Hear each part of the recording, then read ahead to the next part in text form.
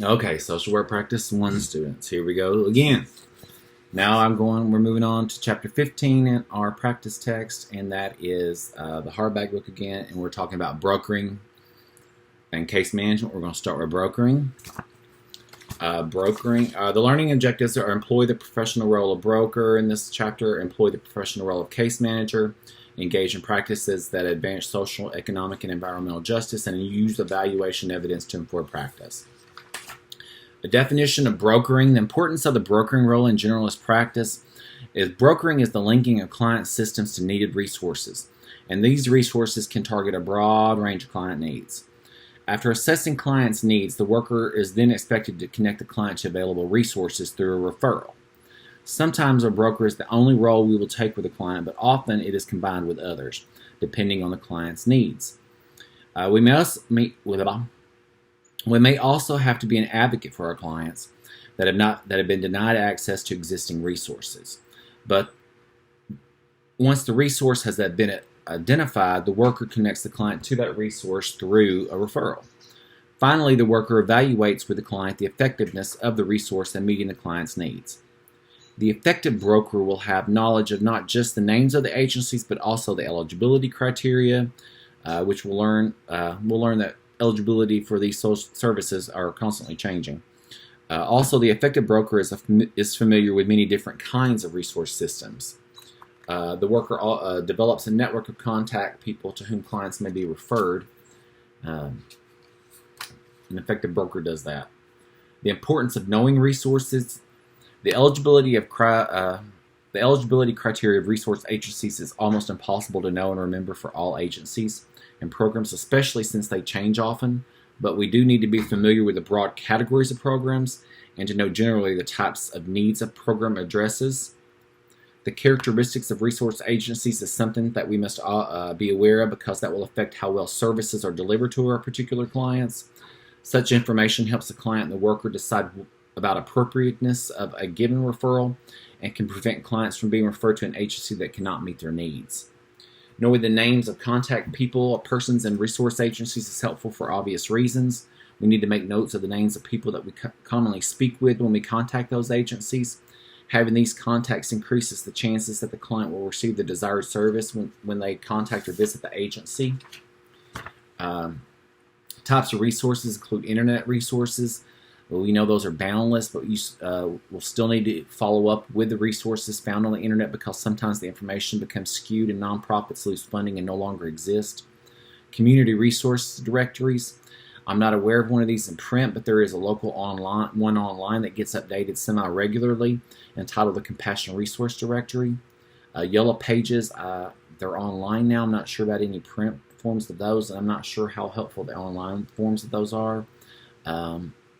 Information and referral services, libraries and human service agencies often provide referral and information services. Different communities also have other agencies that provide information and referral services. It's good to find out where those are in your community, where you practice and live. Service organizations and clubs is also a type of resource. There's a list in the textbook on 578. Some include the American Legion, Knights of Columbus, Shriners, United Way, and the Veterans of Foreign Wars. Most of these provide specific services to communities. The local Chamber of Commerce or the United Way, you can visit those to find out about the different community organizations and service clubs. As you find out more about them, they become another resource for clients. Other informal resource systems come from talking with others, such as supervisors and coworkers and even other clients. Networking is what we call this, an experience. The plan change process in brokering will focus primarily on the intervention phase. We are identifying and assessing client needs, especially understanding their needs is important. As part of the assessment process, we have the obligation to assess the urgency and priority of client needs. We have to take into consideration the cultural aspects and how clients request and accept help for specific needs. Social workers will need to demonstrate empathy and avoid any communication that undermines a client's sense of empowerment. Social work values play a role in the identification of need process. Client self-determination plays an important role also. It is essential that the client and the social worker be clear about the client's needs. Once the needs are clarified, the worker is in a much better position to identify potential resource systems. As the needs become clearer, the worker as broker begins to consider which of the available resources will be be of the most assistance in the particular situation, and will be better at being able to identify and assess potential resource systems for the clients, helping the client select the best resource system. And by talking with them, you can figure out the client's understanding of potential resources and gauge how much we need to help the client develop a more clear understanding of potential resources. Assisting the client in making a choice is also our responsibility, and this can be done by answering questions, and if appropriate, we can recommend a specific service if it's based on our knowledge of its effectiveness. As a broker, there are essentially 4 ways of connecting clients and resource systems. First is the simple approach of referring the client to an existing service. A second option is to provide the resource ourselves within our expertise and capacity. The third is when the services or resources do not meet our client needs, and the worker we must be creative in finding or developing a resource. Fourth is to create the resource ourselves. Clients often have multiple needs requiring the resource of more than one agency or organization anyway. Making the referral requires more than simply giving a client the name and the address of the agency. We want to give the client as many resources as possible in the interest of self-determination. We should give the client as much information about the referral agency or agencies as possible. We can connect the referral agency and inform them of the referral. We can also sometimes make the appointment for the client. We can, in some instances, actually accompany the client to the referral agency. How much we do should depend on the client's ability to do for themselves. A general guideline is that we should not do for the client what they can do for themselves. We need to avoid giving clients false information about what new resources will or can do also. Helping the client use resource systems involves giving them encouragement to do so. Clients can be reluctant about sharing their experiences with another agency. We can help these clients reduce their reluctance by providing a written referral to the new agency, or we can explain the basic details to a staff person in the new agency. We can also brief our clients about the actual procedures used by the new agency and barriers that they might encounter. We can give the clients names of at least one contact person. If we can give more than one, that's preferred. We can also contact clients right before their appointments to see if they have any last-minute concerns or problems. These calls can act as boosters to encourage clients to keep appointments. Follow-up and evaluation of resource systems. We need to know the outcome. We must learn the result of the referral. We can either contact or ask the client to call us after the referral, or we can schedule appointments to meet after the referral. The client may decide that the new agency is fulfilling their needs and they no longer need or want to meet with us. That is their right. Following up on a referral is part of our professional responsibility. We also need to know if the client encountered any barriers or if the referral ended up being inappropriate. A referral success is evaluated according to whether the client's identified needs were fulfilled. Case management. What is case management? Case management, according to the NASW, is a process to plan, seek, advocate for, and monitor services from different social services or healthcare organizations and staff on behalf of a client. This process enables social workers in an organization or in different organizations to coordinate their efforts to serve a given client.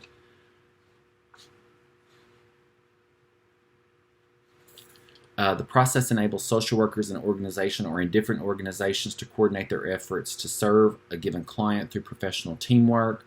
Services are considered coordinated when providers are in agreement about the services to be provided and are committed to the same end. The principles of case management per the textbook include, first, individualization of services. Services are developed or designed specifically to meet the identified needs of the client.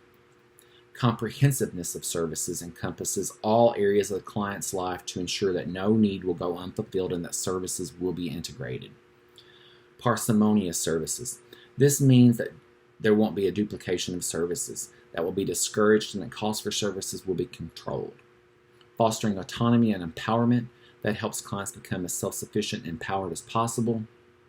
Continuity of care means that as clients move through life, requiring inpatient services and help in the community, case management services will ensure continued monitoring of needs. Case management uses the same plan change process that we've been talking about. The problems are typically multiple ones and require the interventions of multiple agencies and organizations. In case management, the case manager plays several roles such as broker, advocate, counselor, teacher, community organizer, or planner. The client's needs determines the worker's role. Most importantly, case managers provide the link between clients and human services systems. The case manager encourages clients to utilize services and gives them emotional support they need to survive day to day. High quality case management involves frequent and intense client case manager contact. One other important responsibility of case management involves integrating the formal support system, the agencies and services, with that of the informal support system, the families, friends, and others directly involved with the client. The importance of case management for generalist practice. States are either recommending or requiring that certain categories of clients have case managers. Major companies are using case managers to help people get appropriate rehabilitative care for job-related injuries. Case management is listed as a priority service in the Developmental Disabilities Assistance and Bill of Rights Act. Case management is used extensively in the developmental disabilities field and with those suffering from chronic mental impairment and in the field of child welfare. Case managers are currently being employed by hospitals and health maintenance organizations. In case management, it is the services that are being managed, not the client. Remember that. We're not managing clients, we're managing the services for the client. Factors that increase importance of case management for social workers include increased emphasis on maintaining clients in least restrictive environment, goal of keeping people out of prison, objective of maintaining elderly in their homes as long as possible, efforts to reduce or contain costs of providing help and other care to clients, increased attention to rights of clients who lack awareness of resources, awareness that some clients cannot follow through on ordinary referral because of limited capacities, increased focus on how the environment contributes to client problems, decreased focus on the medical model of practice because the medical model tends to view the client's problems as diseases and therefore the client should be cured. The expansion of human service programs with greater specialization with no program taking overall responsibility for client service, and inclusion of case management services in federal legislation. Assessment is part of the plan change process where the case manager learns the current and future needs and problems of the client. The assessment includes medical, psychological, recreational, social, educational, and vocational areas. There are obviously a variety of explanations that can exist for a client's given need discovered in the assessment process, which means that the assessment must concern itself with at least three areas. First, assessing the client's ability to meet environmental challenges. This includes a client's self-care ability. What does the client need from its informal and formal resource system? A need can be anything that you and your client view as necessary for a positive quality of life for that client. You will assess client skills that need to be maintained and those that will need to be enhanced. Finding out why the client sought assistance is important at this time. Finally, as with any assessment, the case manager may have to determine if the client is eligible for service. Second, assessing the caretaking ability of the client's informal support group. How capable are the client's family and friends to meet the client's identified needs, such as basic needs like food or shelter, or more abstract needs such as social and emotional support. Identify both immediate and extended family members and their relationships with a client is helpful during this. Other sources may include friends, co-workers, neighbors, church members, or schoolmates. Can any of them assist the client? How do members of the primary support group interact with the client? How well does this resource system interact with the formal support system? Third, assessing the resources of the formal support systems. How well does the formal resource system meet our client's needs? Does it not have the capacity to assist because of lack of funds? Does it deny the client even though they are entitled because of confusion over eligibility? As we assess these areas, we must focus on the availability, the adequacy, the appropriateness, the acceptability, and accessibility of the resources. Availability of a service is whether or not it exists. Adequacy of a resource is how well does it fulfill the needs of the client? Does it only meet a portion of the needs of the client? Appropriateness of a resource, is it even a fit for the client? If it only meets a portion of the client's needs, is it worth pursuing this resource? Acceptability is whether the client will accept assistance from this resource due to pride or because of a previous bad experience or a stigma attached to receiving help from this agency. I've been talking too much. Accessibility is how well the client can access the resources due to lack of transportation, funds for the services, lack of qualifications, or in housing, lack of access to people with disabilities. Information gathering in case management assessment is similar to others, such as reviewing records and interviewing appropriate people. Assessment in case management has several aspects.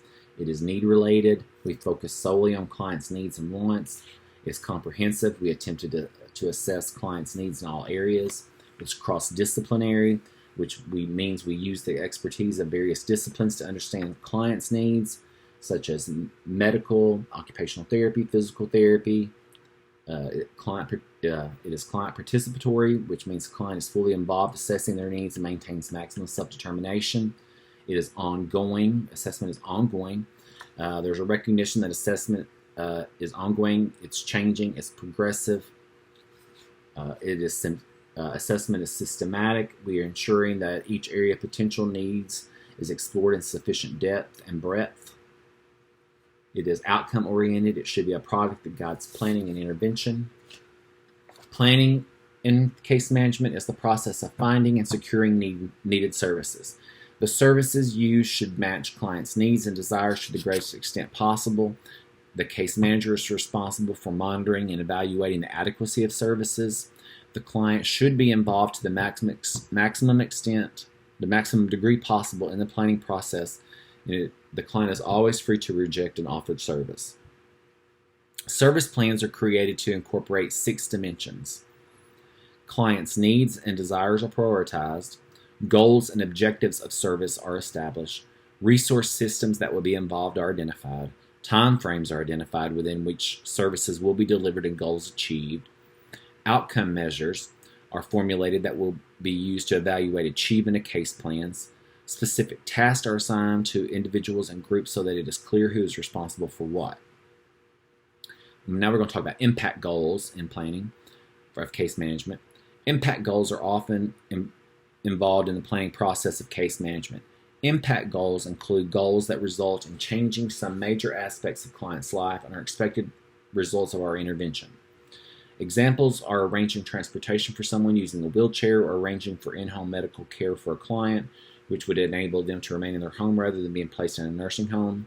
Service objectives are the steps that must be undertaken to achieve an impact goal.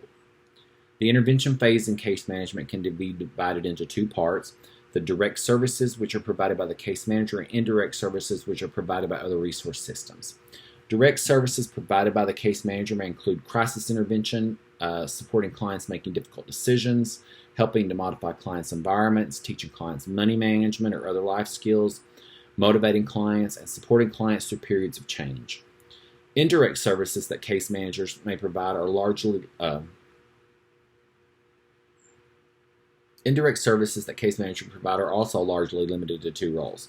The first involves linking clients with needed resource systems, and the second involves advocating on behalf of the client with various systems. As with other areas of generalist social work practice, the case manager's responsibilities and activities are determined largely by the client's needs. As the client becomes more involved with existing resource systems, the worker's role shifts to the next phase of the process, which is monitoring. We're going to talk real quick about motivating techniques that we're talking about with getting the clients involved in this. Motivating techniques that can be used for clients who are feeling disgusted, disheartened, or discouraged include encouraging client autonomy by asking clients about their own plans, demonstrating empathy and acceptance about client resistance, being aware that most people do not accept change easily, and identifying a client's reasons for resistance can help. If possible, recognize the resistance as a positive effort toward self-protection. Another way that we can motivate disgusted clients is to relabel, reframe, and redefine problems as opportunities for growth. We can contribute realistic suggestions aimed at enhancing the client's life and forestalling relapses. We can deal with persistent refusal to consider change by identifying the consequences and likely outcomes of existing behavior patterns. This leaves the client to decide whether to change or to accept responsibility for the decision to maintain their current situation. We can discuss any points of disagreement between us and our client and work out realistic compromises. We can develop a contract with the client specifying mutual goals. We can identify steps. We can identify steps that must be taken and service providers that can help the client to reach agreed goals. We can provide clients with all necessary data about the service providers. We can discuss any potential obstacles clients can foresee in using proposed services, and we can review what responsibilities of each party will be in completing the linkage with a particular service provider. We may even want to ask the client if they understand what we will do and what they are responsible for doing. Okay, that was motivation for our disgusted, disheartened, or discouraged clients. Now we're going back to monitoring. Monitoring is when the case manager continues to communicate with service providers. This process involves determining if the service plan is being completed, and the second involves whether the original goals are being accomplished. Case managers look for gaps in services and fill them. Anytime the client's needs are not being met, rethink what we are doing. Case managers continue to advocate for the client when the needs arise. The primary focus is on how services are provided. There is attention paid to outcomes attained, and primary attention to this matter occurs in the evaluation phase. We do pay attention to the outcomes, but it's primarily paid during our evaluation phase. Additional roles that we as case managers may have to be is helping clients develop natural or informal support systems, or we may need to provide outreach services to locate potential clients who qualify for services. When we're evaluating the outcome in case management services, which is a critical process, we want to determine if the impact goals for the client were achieved. Achievement of many of these goals can be easily assessed because they can be observed. Others do require some subjective judgment, such as wanting to know if the case management services were helpful to the client or what was the impact of the service delivery upon the client. Surveys and questionnaires can be used. Other targets of evaluation include evaluating the resource systems that serve the client.